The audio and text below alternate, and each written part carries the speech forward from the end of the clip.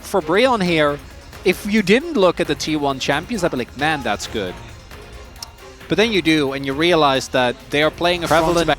Obviously, Yen picking Nautilus into Renata is about as unfun as it gets. So that does make sense to me as Morgan doesn't have his E. Yeah, it's just a bait here. The red buff coming down and Morgan's just dead. I mean, he has flash, but he's not even going to bother to use it. That's first blood going over to Owner. Very nicely baited out here by Zeus, as it was looking a little bit dicey for him, but just meant that Owner gets the kill as the handshake is going to miss. But now Palu's very out of position here against the Kalista as the Ren comes out and he's living his best brand life. He did full clear into kill, first blood into bottom side clear into Dragon, which is very fast for Brand. One of my biggest issue with the Tristana is that we do see Palu on a roam here, but like realistically, she's so hard to lock down. Oh no. Yeah, Morgan's in a lot of trouble here, just gets pulled back into multiple members. His Owner is even here as well. The preemptive swap coming out from T1, and everybody's just gathering up for some. Well, they might be approaching this turret once Palu comes here, but with Brand nearby, with Owner here, they're not winning this trade. It is a 3v2, and they don't seem to identify that. Oh, the handshake is just dirty as Palu in a lot of trouble. Faker gonna flash into the charge from the Sejuani, and yeah, he's gonna die. So nice little play traded back here from Bro, and actually Palu did stay alive. That's a pretty big win here. Good enough. We're gonna have to We're giving them the benefit of the doubt, right? You know, Brion with a team fight, wombo combo style composition, not being behind more than 1k gold, that's not too bad. Not too bad. Look at this. Predicting Owner coming in, and Young Jay gonna get ahead of the T1 jungler as, yes, the ult will be thrown in. That's a lot of damage. Faker not gonna get the jump in time. Now he's gonna jump towards the north, but he's going down. That's a solo kill from Karis over Faker, and he will be punished. Any bro levers out there? Owner tries to cut corners. They goes in, not having any vision in the brush, just gets found by Young Jay. Ahead of the curve on that one. And then in mid, Karis just gets the outplay. Ooh, Feldes. Wave, have an inkling, has, yeah. Faker just jumped in. And then he gets the reset, but at that point it's obviously already too late. It's caught off guard, like by just the edge of that ultimate, which, of all people, Faker obviously should have an inkling that he might be swept back there. And at the end of the world, T1 still going to be up and go to 6 grubs here. I don't think they're going to be feeling too bothered about this, but it's a better game than game 1. And after seeing the draft, I didn't see that one coming, and it's a big win for the bros. We do see a potential dive being set up here. That's a handshake already. Palu in a little bit of trouble, but he's not going to get hit by 3 abilities from Owner. As now it's actually T1 who are in trouble as a massive sweep. The wombo! It comes to life! As Bro will pick up the kills. They will take down 3 members of T1. Faker does get in and takes out Palu, but man, now we know what this comp does. Commander Karis swoops in from the mid lane. Is it happening, Feldes? It's happening. Are the bro levers finally getting rewarded after all this time? Really, I want to give credit, because you talk about the wombo combo, but the actual setup needs to be crisp.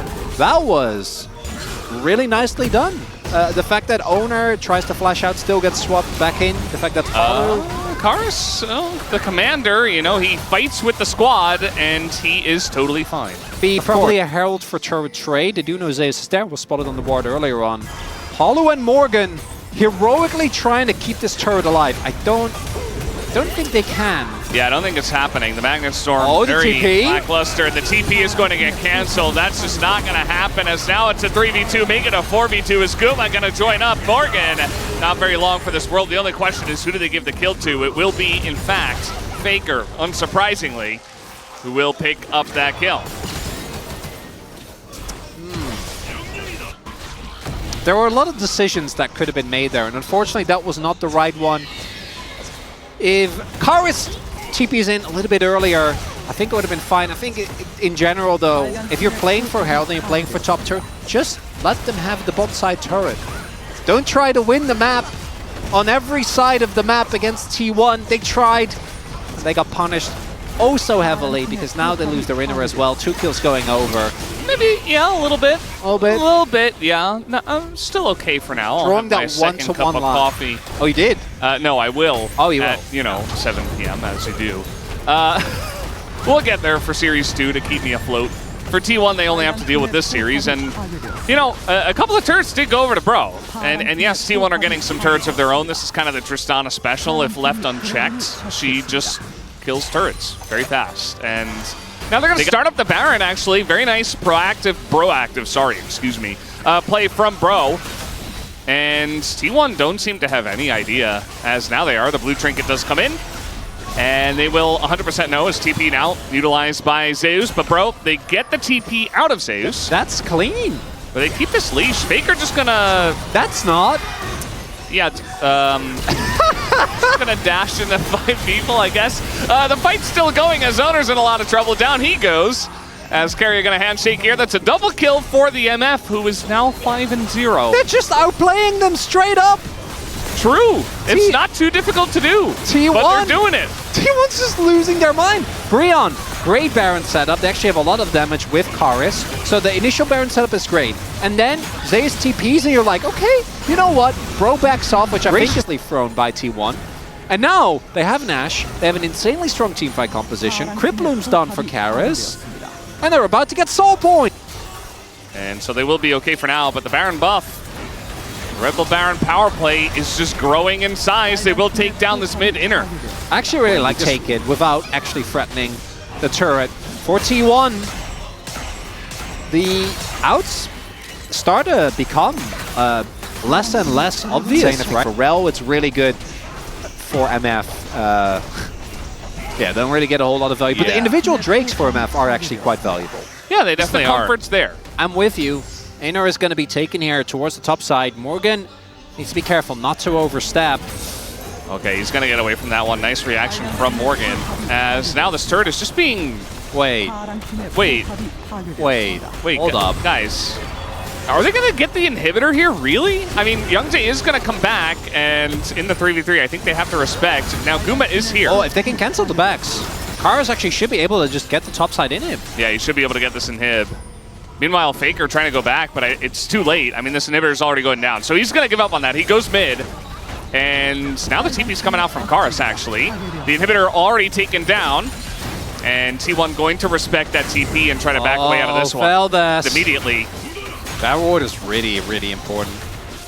Because they don't have any control of the jungle outside of that. Brion, are they going to risk it? I think they are. Owner has flash as well as he goes in very early, and it will go the way of Sejuani. Youngjae gets this fight down. T1 in an awful spot, but now they have the front to back here. Morgan is going to go down. Carrier gets the bailout, and now K'Sante is going insane, but Faker in a really rough spot. He's going to go down. Guma and Zeus, the only ones left alive here, but the core of Bro are still here, still pushing, and they have a Baron buff once again.